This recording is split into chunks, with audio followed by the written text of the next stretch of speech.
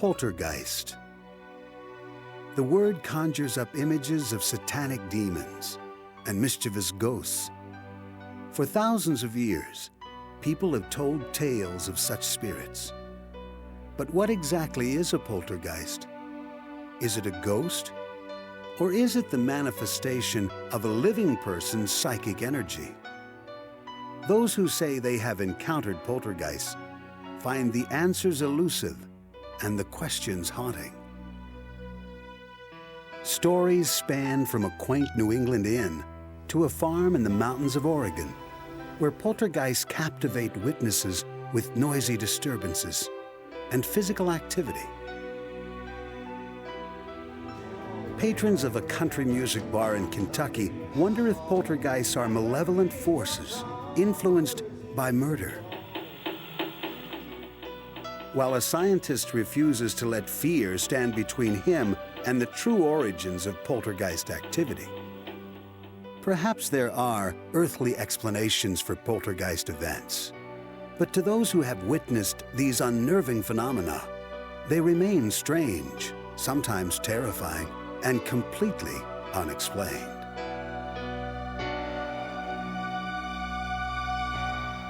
Johnstone's Inn lies in the countryside village of Ashland, Massachusetts, 30 miles southwest of Boston.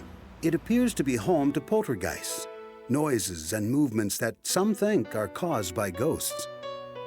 It was here in March of 1976 that Robin Hicks' view of the world changed forever. The inn's attic used to contain apartments, where Robin spent nights with his wife. On this night, they heard strange noises. And it was a little girl bouncing a ball. La, la, la, la, la, la, la, la, la, la, brrr, down the hall. And I ran out the door and down the stairs and all around the building and checked every door, and it was closed. A couple of days later, a friend of mine who was walking by said, is your niece here the other night? And I said, no, why? He said, well, I saw a little girl looking out your window. Robin's was not the only account of the mysterious appearance of a little girl. They used to talk about the little girl who danced. And you'd come in the morning, and it's an old building. So you'd hear things, and you'd think, you know, it's creaking. I mean, normally that's what you would think. Well, this one day, it wasn't creaking. I don't think so. It was like really tip, tip, tip, tip, tip, like that. You'd listen and you'd say, what is that? I guess it was a little girl dancing upstairs. The inn's owner at the time was beginning renovations. He noticed that doors, locked the night before, were found open the next morning, and lights, turned off, were later seen blazing in the dark.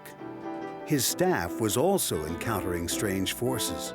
One night after a busy night, all the waitresses were sitting around a table, and I was with them, and they were counting their tips and getting ready to go home. And the floors in the inn creak quite readily, especially when it's real quiet. You can hear it, and so when someone walks by you, you can hear the creak, and you get a little breeze that goes by. And we had that experience, but there was no one else in the restaurant but us. And they quickly gathered up their money and left that night. The staff at Johnstone's Inn began sharing their eerie stories of portentous encounters.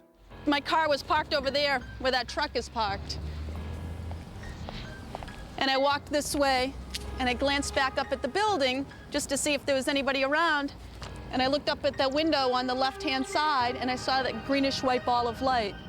And I went over to my car, and then drove up here, got out and glanced back up at the window, saw the light again, and then the light disappeared, and the room was dark. Some staff members claim to have had startling physical encounters with the spirit. Kitchen workers were relaxing one night when an unseen force startled them by levitating a pack of cigarettes and propelling it across the table. Similar stories of playful poltergeists began to flourish.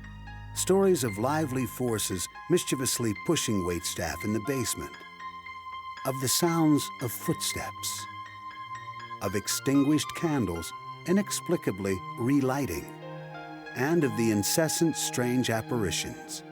We would always close off this one particular room at one point in the night, and in that room I saw something go by the window, and it wasn't blurry or fuzzy or sheer as you would imagine a ghost to be. So I flung open the door and I said to what I thought would be a human, "Hey, what are you still doing in?" And before I could finish my sentence, I noticed there was nobody in there. And unfortunately, I spun on my heel and got out of the room rather than enter it, because I know it's a friendly ghost. Not everyone would assume that the ghosts here were friendly. The inn's history, well known in the area, is steeped in murder and deception. Captain John Stone built the inn in 1832. His patrons were young railway workers with little else to do except drink and gamble. This often led to violence, and legend has it that Stone himself killed the traveling salesman during a card game and buried his body in the basement. Stone and the salesman are said to be two of the spirits who have haunted the inn ever since. The inn has seen its share of tragedies, including the deaths of two people who were killed on the nearby railroad tracks. One, a former manager, and the other, a little girl, both of whom are said to be haunting the inn. You know, instead of just calling them ghosts, I feel like I understand them a little bit more. And I also understand that they're very dangerous. We used to take them very lightly because we didn't understand what they were before. And we had a lot of fun with them. But now I think of them in a more serious nature, and that they really shouldn't be fooled with. They're very powerful and very dangerous things. Spiritualist Raphael Bibbo, intimately familiar with the inn's history and structure, feels that the sheer number of reports of poltergeists at the inn are enough evidence to conclude that paranormal activity is present. And with so many people who have had these experiences, one cannot say that 75% of the public is paranoid or has got some problems with them, because there are a lot of credible people who have experienced, felt, seen, touched, and so you have to go on that basis that something must exist, something has to exist. Unlike the apparitions associated with hauntings, poltergeists are phenomena involving real-life physical activity. Is the building itself a source of these activities? The inn, the thing that first caught me right off was that it's only about 50 or 100 feet away from the railroad tracks, and that's going to cause some pretty serious shaking of that building. Could the force of a passing train last long after the train has left, resulting in residual vibrations in the building? Could these have a significant impact on old walls and floors, resulting in unexpected sounds and movements? When there's movement between a beam and a post, for example, it will make a noise. Also, as it expands and contracts, the boards sitting on top of the beams will creak, they'll make noises, there'll be noises like clunks and bangs and things like that that can easily be translated as footsteps. Local historians point out that there is nothing in their records indicating any kind of paranormal reports at the inn since it was built. Well, as you learn in stuff like this, there's so much hearsay. As far as the paranormal stuff, no, there are no written records in town of anything unusual, except possibly we look research where a young girl was killed by the train. That might be attributed to the ghost they talk about. Most of the people who visit or work at the inn are aware of its history of alleged hauntings and poltergeists. Are they simply misinterpreting a natural occurrence as a paranormal experience? When you do a magic trick, there is the way the trick goes in real life, and then there is the way that the people remember it. So when they remember something, it's much better than it ever was when it was performed. And it's the same type of thing, I believe, with sightings and paranormal activity like that. If you're in a receptive state of mind already to begin with, you will believe it. You will look for things and make connections that may or may not be there. Whether the poltergeists are real or not, one thing is certain. As long as the walls of John Stone's inn stand, the stories will never die. Many experts on paranormal events agree that children and adolescents can be magnets for poltergeist activity. Are children lightning rods for the paranormal? Frank and Jackie Walker raised their daughters Tara and Devin in a farmhouse in the Oregon mountains. The Walkers' home, nestled in Kings Valley, lies on property once owned by its namesake, Isaac King, who was found shot to death in his barn in 1866. And there are 3 stories. One, the newspaper announced that he'd shot himself. But then another one said, well, no, it was an accident. And then the third one is that he was murdered by members of his family. No one knows. No one will ever know. Well-known local legend has it that King's ghost haunts the property on which the Walkers now live. As soon as they moved in, Tara and Devin immediately felt they were not alone in their new home. They sensed something immediately when we moved in. I remember Tara and Devin, Tara first, telling me that she heard things. She heard footsteps. And I just said, well, it's an older house. We had a new home before, and this is an older home, and there are noises that are unexplainable sometimes in older homes. But she said, Mom, I think there's somebody here because I hear footsteps. Devin, 7 years old at the time, told her parents that she also sensed an unknown presence.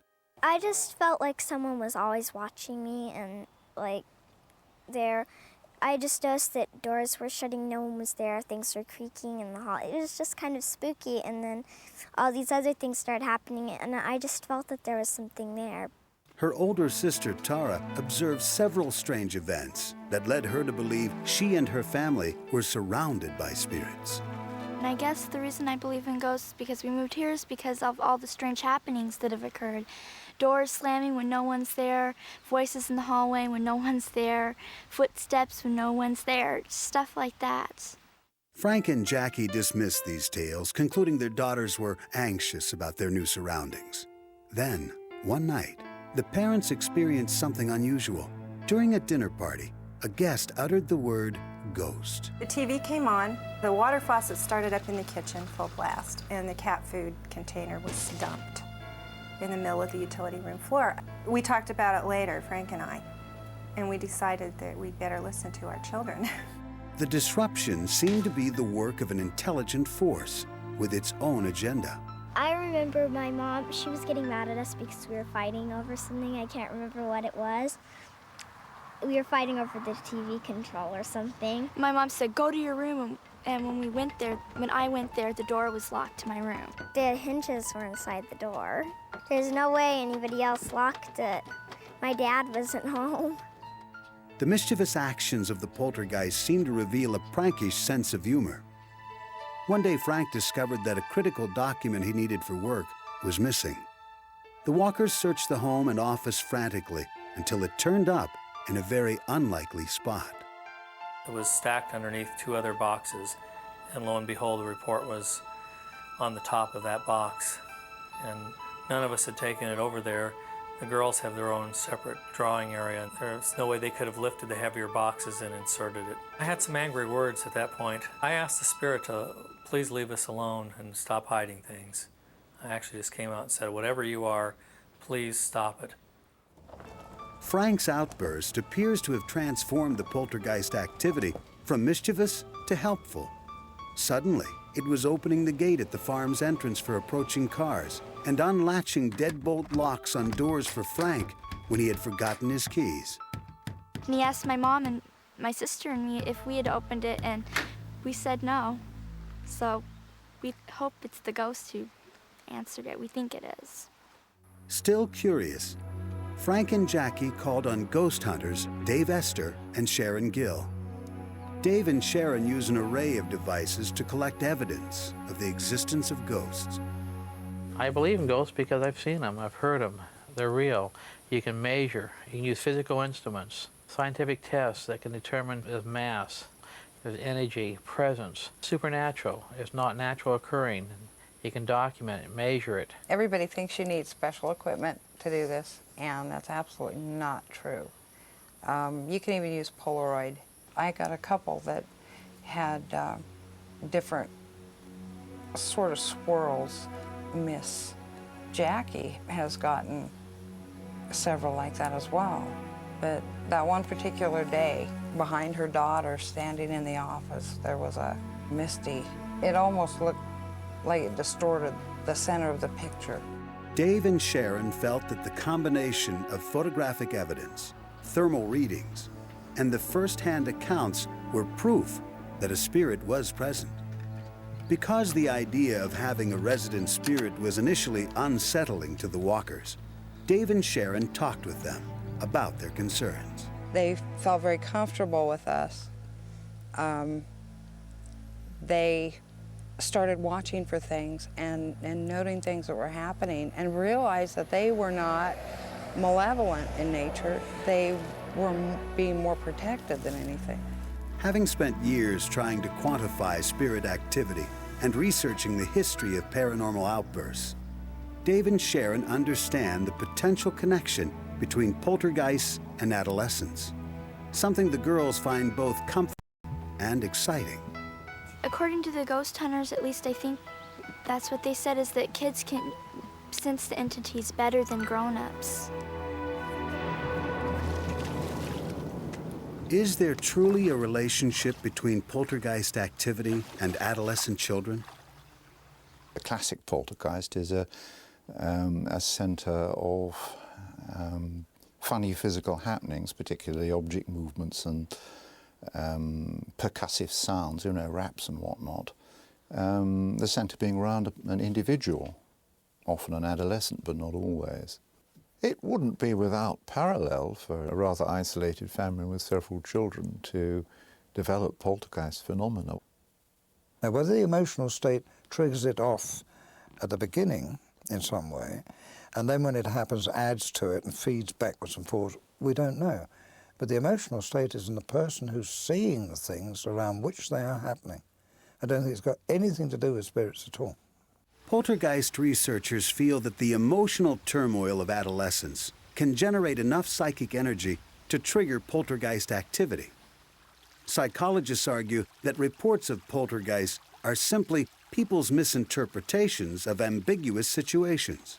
Possibly what is being taken as a poltergeist may indeed be a prank. In this case, where you have the little girls, it seems to me that they started as a prank. They may even have started to believe in it themselves. It's the kind of game that you play, and you keep on doing it, and you get to a point where you kind of forget how it all started, and it takes on a life of its own. And it doesn't seem unlikely that you might be able to convince your parents of the same.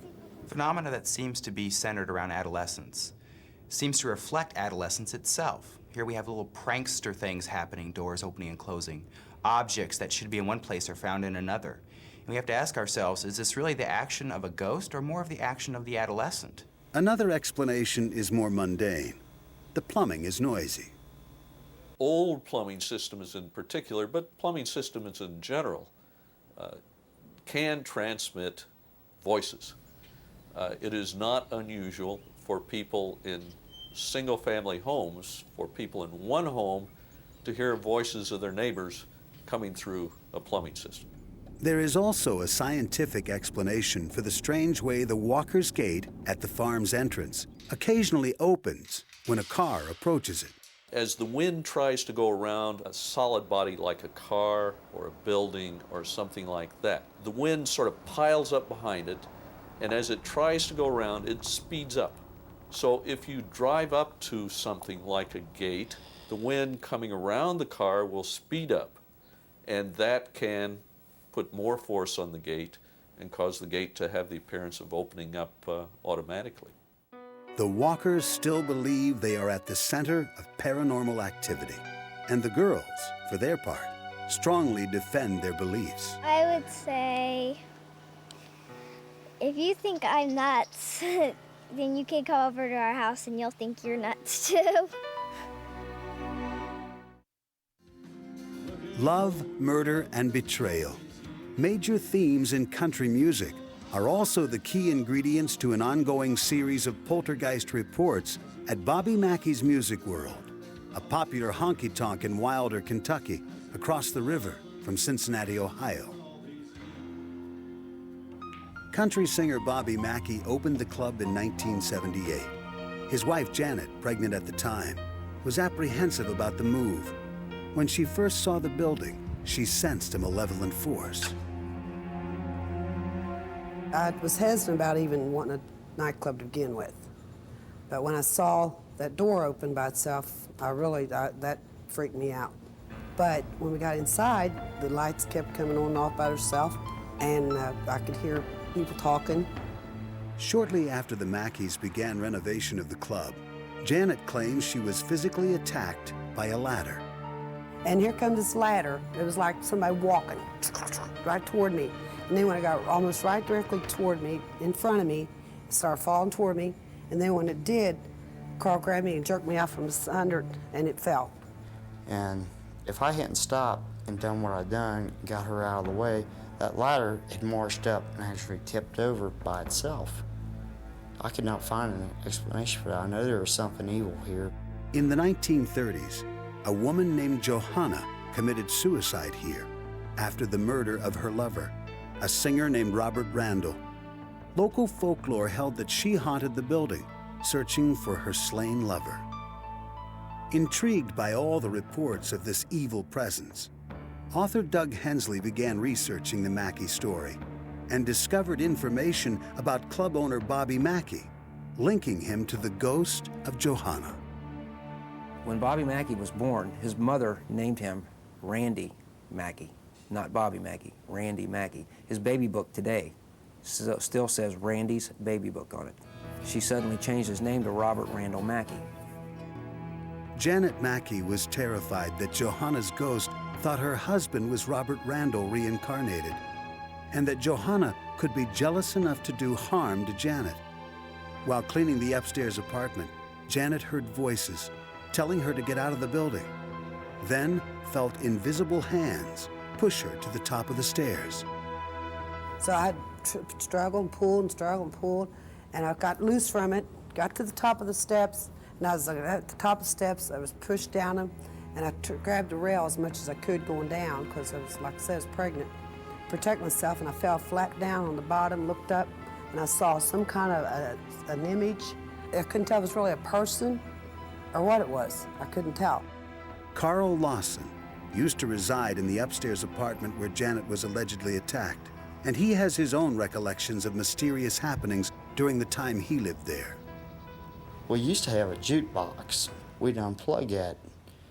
And I can remember on occasion being upstairs, almost sound asleep, and this real old song, Anniversary Waltz, would come on. And there's nobody in here. And I come downstairs to check everything out. The jukebox was unplugged, but I know what I heard upstairs.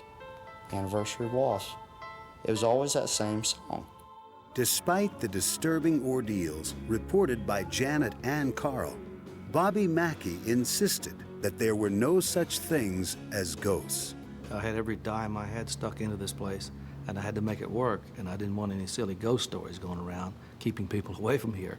I wanted positive things, not negative things, and I was, country music is my life, and I don't want to hear about no ghosts. Just be quiet. Janet Mackey remained steadfast in her belief that something dangerous lurked in the shadows of Bobby Mackey's music world. When I was by myself, that's when I was really, really scared. But now I can feel it in the air. I can feel her tension around me. I can feel her, her vibes and stuff like that. I can tell she's around somewhere, and she doesn't want me around. Inspired by Janet's obsession with the ghost, every night, Bobby performs his biggest country hit, Johanna. Johanna, Johanna, are you really here? Looking for a lover after all these years. Johanna is not the only ghost said to be haunting the club. One of northern Kentucky's most notorious murders took place near the site. In 1896, two men, Alonzo Walling and Scott Jackson, killed Scott's pregnant girlfriend, Pearl Bryan. They allegedly buried Pearl's head in the basement well, perhaps hoping it would be washed out through the drain and into the nearby Licking River. Legend held that the ghosts of Alonzo, Scott, and Pearl could be heard walking and arguing throughout the club. Bobby Mackey's chief of security thinks he once heard one of their arguments while investigating a possible burglary with a fellow officer. Sensing voices coming from behind the stage, he moved in to see who was there. So the officer on the left got up on stage, went through the door. I came to the right, went through the other door. We checked. There's no one behind that stage.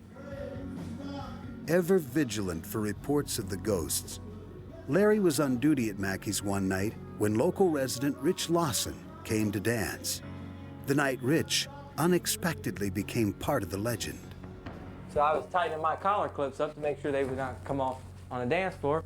And I was just humming and singing. I was just real hyper and real primed and ready to dance.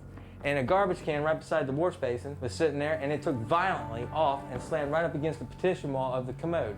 And I turned around real violently, wondering who's gaming with me or what's going to happen. What Rich saw shocked him. There before him stood the image of a man dressed in clothes from the turn of the century, complete with handlebar mustache. He never hit me, never punched me or nothing. But the bathroom was so hot, I was just trying to gasp for breath, and I was trying to get out of this bathroom, and I made it to the hallway in the bathroom. And I just got so weak, and I went completely unconscious. Larry Hornsby heard the commotion and found Rich's near lifeless form on the floor. When Rich awoke, he was terrified. He said he seen a figure and of a man wearing a big trench coat, like back in the old days, a mustache. When shown photos of Alonzo Walling, Rich recognized him as the man he had just seen. Even more frightening, he recognized the face of someone else in a photo of Alonzo and Scott's hanging. On the gallows in 1897, there's a judge and a preacher. I take my hat off, I resemble that preacher standing on the gallows holding the Bible. Though Rich continued to be haunted by his experience, and he is aware of some kind of danger at Bobby Mackey's, he refuses to back down. I got this feeling that the evil here wants me away. I'm intruding on them or something like that, and they're trying to push me away. I'm not going to leave, because I love country music, and Bobby Mackey's a great country music singer, and I'm a danceaholic. I love to dance.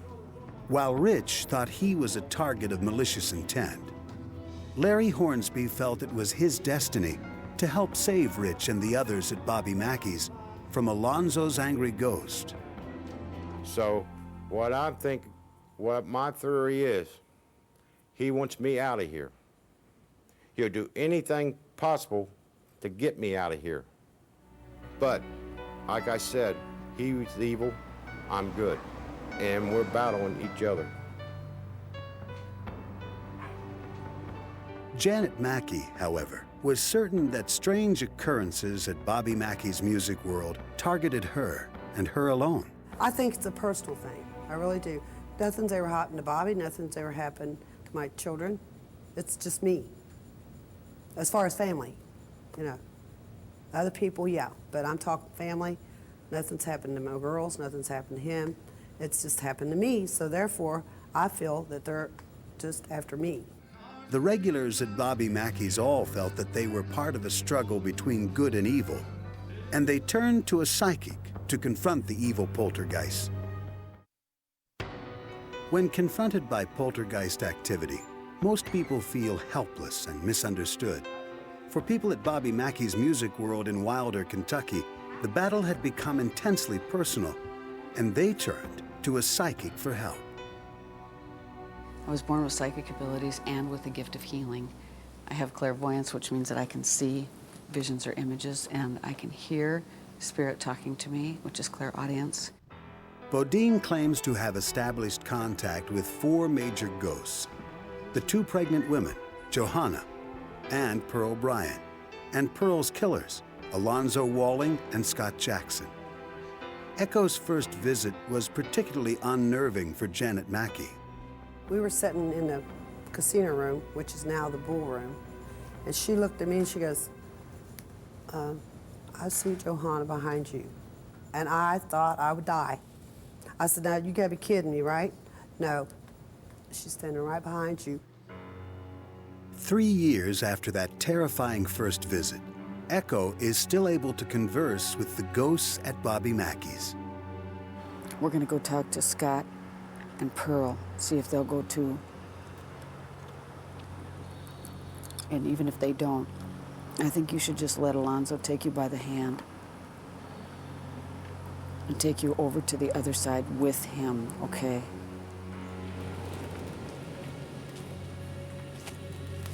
I'm standing right over there.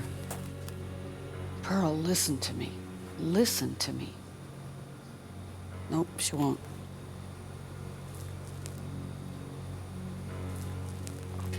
Scott, can you listen?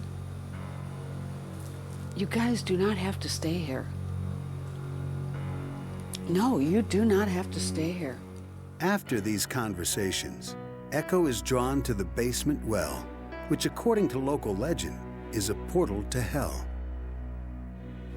I want to say there was weird things that happened in here to people, women. Not very good things. A lot of real crazy thinking. A lot of crazy behavior went on in here. I believe that's like a vortex. I believe whatever evil comes through here, it comes right out of there right from hell. I believe that's an entry point. I believe if that well was dug up, we'd find a lot more, evidence of a poltergeist type of activity. In an effort to relieve the worried minds of the Mackey owners and patrons, Echo tried to convince the ghost to leave. The psychic claimed that two, Johanna and Alonzo, said they were willing. Echo performed what she calls a cleansing, claiming to exorcise the building of Johanna and Alonzo. I'll tell you what they are saying. Okay, Alonzo, yes. You still want to go to the other side? Yes. Okay, so you're really clear that you want out of here? Yes. Even though at least 2 ghosts remain behind, reports of poltergeist activity have diminished at Bobby Mackey's since Alonzo and Johanna departed. But their legacy still haunts the place, if only in the plaintive chorus of Bobby's song.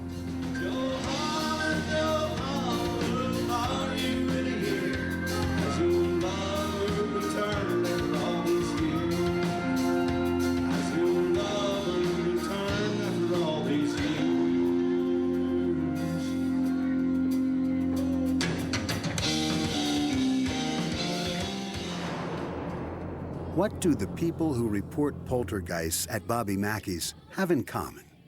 It sounds as if there were 3 different personalities reacting to the same stimuli. They each had a different agenda, but they were all in a mental state to attract poltergeist activity. Most people do not realize how powerful their emotions are. And our emotions create energy fields around us all the time. I think that what is called poltergeist activity is, most of the time, spirits interacting with people on the earth. Psychologists note that people's emotions and perspectives can produce delusions, not demons. You have to look at the background of the people having these experiences. A security guard that has that responsibility is going to feel a personal obligation to rid a ghost or a poltergeist from the premises. It's his job. He's a security officer. It's not just the ghost is after anyone, but I have a link. I have a special relationship with this ghost. And that just makes you look for more evidence of the same. It's almost acting like a delusion. Throughout this case, you have this notion that everyone is involved in this in an important way. So in a sense, it's a story about people asserting their self-importance. Even Echo Bodine acknowledges that poltergeist activity can be psychologically motivated.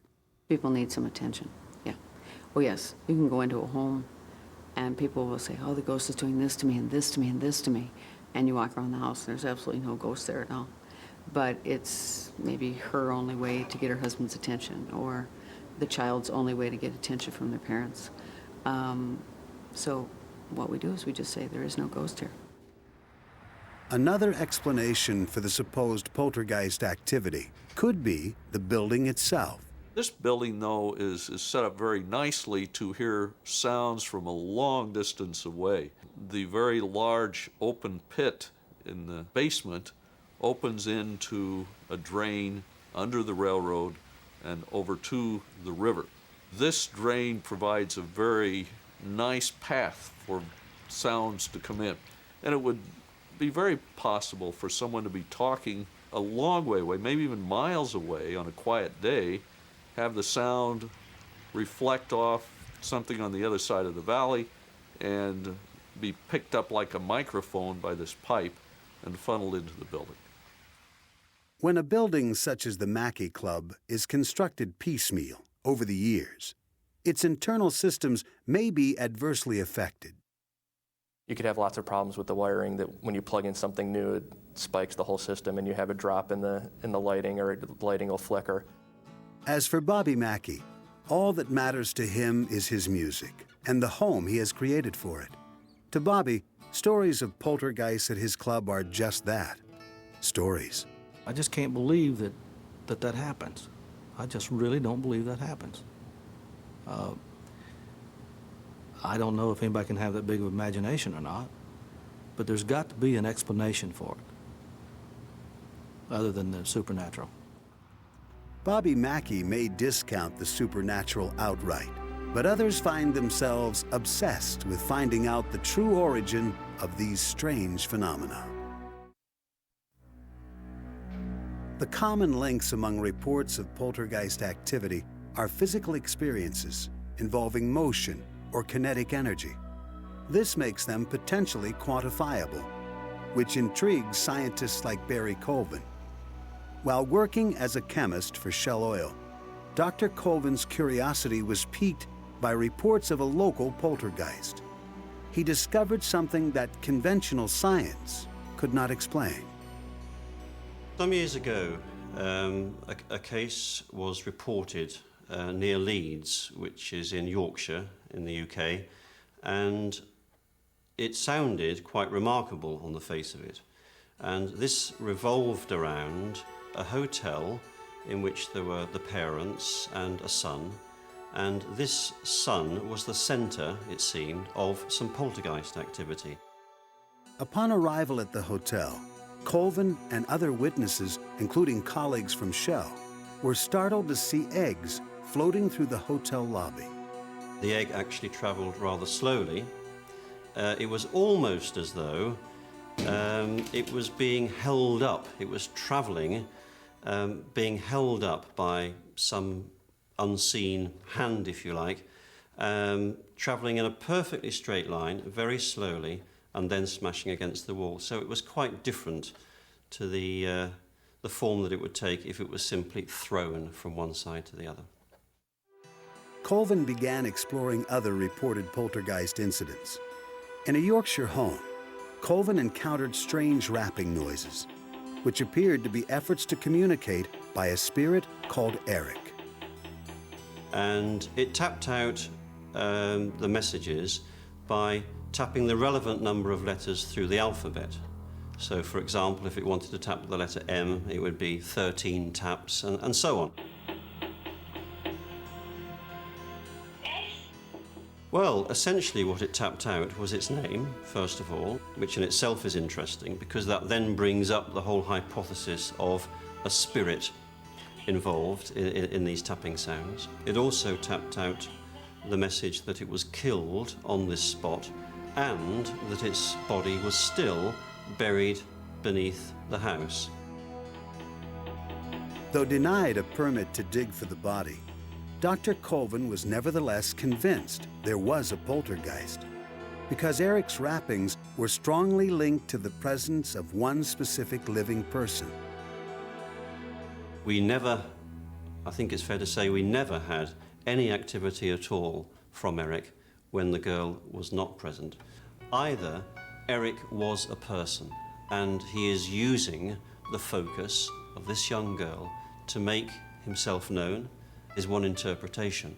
The other interpretation would be that since the force is objective, and one cannot argue with that here we have a force which may be generated in the mind of possibly the girl, the mother, the two of them together, and simply they are generating a story of Eric for some unknown psychological reason. Colvin has just begun to scratch the surface, but to him, science must clearly broaden its boundaries to describe physical forces that are now beyond its understanding. Psychologists Alan Gould and Tony Cornell agree that the witnesses, or as they call them, agents, have a strong role in the type of interaction with the poltergeists. There have been one or two poltergeists in which there have been communicative rappings, and the raps have spelled out all sorts of messages as from mysterious entities. And they've actually made the same spelling mistakes that the person around whom the thing's centre makes. So clearly the intelligence was the intelligence of the poltergeist agent. The complexity of the Eric case drew Dr. Colvin away from his work as a chemist at Shell to his new line of work, poltergeist research. There's an awful lot that can be done in terms of instrumentation. I am myself getting very involved in modern, very up-to-date equipment, which I believe may well lead us down the path to scientifically explaining what is going on. And I know that others working in other parts of the world are looking down this road of sophisticated instrumentation to determine something about the poltergeist force. Dr. Colvin founded the Poltergeist Research Institute, a group of international scientists whom he handpicked to investigate poltergeist activity. Never mind, I can come over straight away. All right, I'm on my way. Thanks. But being realistic, things generally occur one day and they could be gone in a week's time. And what we do generally these days is that in such a case, I have an aircraft and we simply, if we think it's worthwhile, we either get a local person to investigate and report back to us as soon as possible, or if it looks promising enough, we simply step into the plane and we go. And within generally an hour or 2 hours, we're there on the spot. Using a combination of scientific instrumentation, research, and a fine-tuned instinct, Dr. Colvin and the members of the Poltergeist Research Institute hope that one day poltergeist forces will be as familiar to scientists as the wind, physics, even electricity. As some scientists keep looking for explanations for poltergeist activity, there remains a chasm between those who will only believe in empirical evidence and those like Raphael Bibbo, who believe there is more to our world than science can tell us. Spirits exist as well as we exist. It's interdimensional. They're here with us. And the only way you're going to deal with it is just like if I'm talking to you, you talk to them. And yeah, you're going to have pranksters. You're going to have people that can harm you. They can harm from that side as well as you can harm me. So it's just like a human being, except they don't have a physical body. And how can you account for fax machines or radio or television? You can have 4 or 5 televisions or radios in the same room, and everything is coming in on a different channel. And they're all pure, okay? How can you explain that and think that the mind is any less capable of these miracles? Others acknowledge that while we may never know the source of poltergeist energy, we should at least acknowledge its presence and try to understand its power. For years and years and years, investigators have heard these things happen. They know that certain people have to be present for these things to happen. They happen around a particular person or a group of people. But I think we've got to concentrate on the person around which these things happen if we're going to get the answer. If we're going to get the answer. So far, we've got nothing. In the end, the way we perceive poltergeists will ultimately be determined by how we use our own minds to perceive ourselves and our environment. The most powerful tool in misdirection is the spectator's mind, because if the correct suggestions are given, their mind will take those suggestions and believe anything that is related to them. Paranormal experiences, including poltergeists, are a normal part of the human condition. They reflect who we are, they reflect our wishes, Sometimes those wishes aren't always positive. They don't reflect our beliefs, which aren't always positive. They reflect our relationships with other people. When we are all said and done, poltergeists are genuine experiences, but they're a psychological phenomena rather than a parapsychological one. Is it possible that we do not yet understand the capabilities of our own untapped energies? As psychics and scientists alike grapple with the mystery of poltergeists, the real answers may lie hidden in the recesses of the minds of those who have met them, and there they will remain, unexplained.